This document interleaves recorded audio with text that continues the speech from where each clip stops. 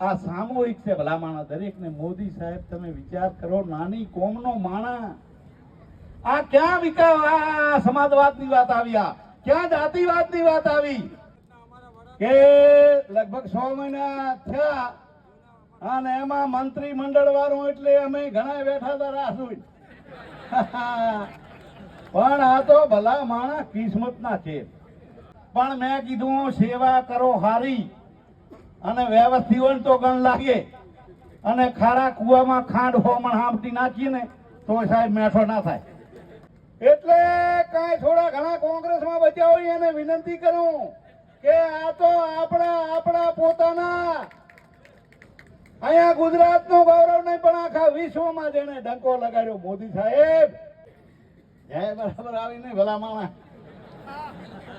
કાંઈ હું કહું કે જય એટલે વિજય. અને નક્કી તમારા દ્વારા આપણો વિજય થવાનો એટલે જયનાથ કરો ભલા માણસ. આપણો નવો જિલ્લો ને એમાં નવો ઓગળ બાપાનો તાલુકો એટલે જયનાથ કરીએ. આનંદ આનંદ થઈ જાય, શરીરમાં કરંટ આવી જાય. કેમ કે ચૂંટણીનું અત્યારે સીઝન આવી ગઈ આપણા ઉપર. બોલો ઓગળનાથ ભગવાન કી, જોગણી માતા કી, સદારામ બાપાની ખૂબ જ આનંદની વાત છે આજે કે આ વડા જિલ્લા પંચાયતની બેઠકમાં પધારેલા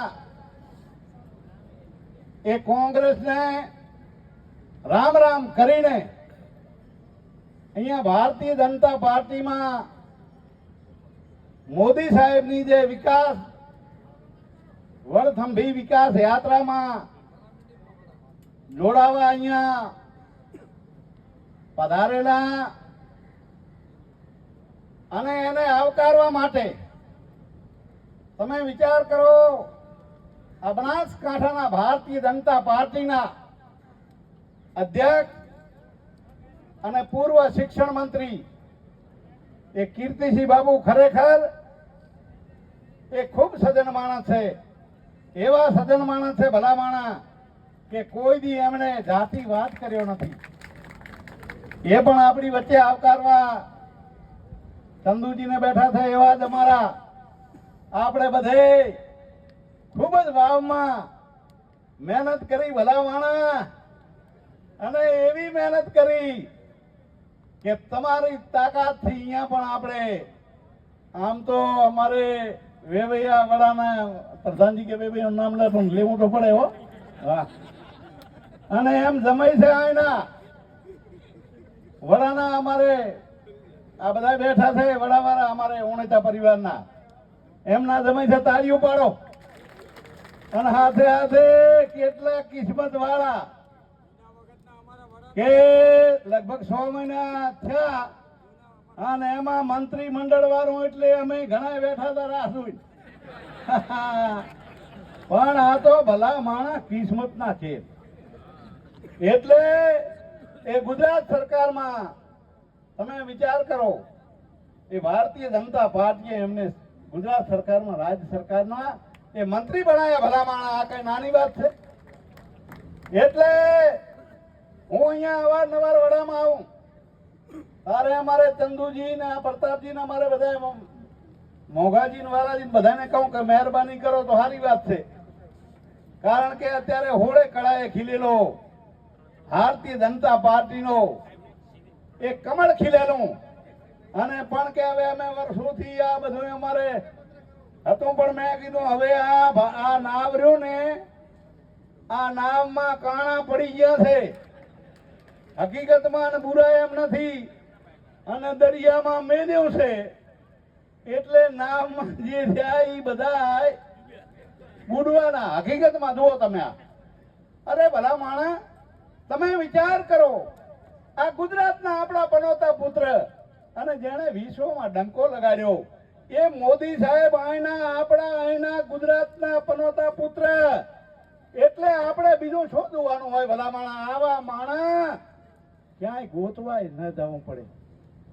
એટલે કાંઈ થોડા ઘણા કોંગ્રેસમાં બચ્યા હોય એને વિનંતી કરું કે આ તો આપણા પોતાના અહીંયા ગુજરાતનું ગૌરવ નહીં પણ આખા વિશ્વમાં જેને ડંકો લગાડ્યો મોદી સાહેબ, એ ખરેખર હું તો એને એ કોઈ શક્તિનો એમનામાં તાકાત છે, શક્તિ તાકાત, અને એવો એક મહામાનવ છે કે જેને દુનિયા દેશ નહીં પણ દુનિયામાં ડંકો લગાડ્યો.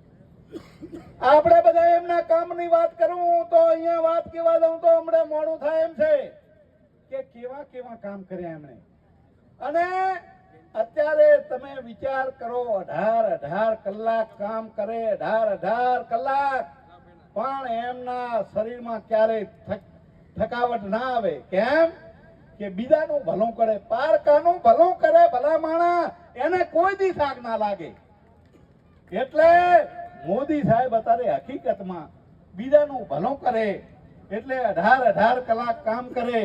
અને જે આપણા જે સપના હતા જૂના 500 વર્ષ પહેલાની વાત હોય ભલા માણા કે આપણા રામલલ્લાનું મંદિર ક્યારે બનશે, એ આપણે તમે અમે બધાએ જોયું છે. એ 500 વર્ષની વાત એ મોદી સાહેબે પૂરી કરી. ભલા માણા તાળીઓ પાડો. કાશ્મીરમાં 370 કલામ આમ થઈ જાય છે, તેમ થઈ જાય છે, લોહીની નદીઓ. એટલે આ ચકલોય ના ફરક્યું, ચકલોય. આ મોદી સાહેબ હકીકતમાં જેનો જેટલો આપણે મોદી સાહેબનો આભાર માનીએ એ ઓછો. એક નહીં પણ બે બીજા અમિત શાહ સાહેબ, આ બે સપૂત આપણા આ ગુજરાતના છે અને આપણે બીજે ગોતવાનું હોય છે.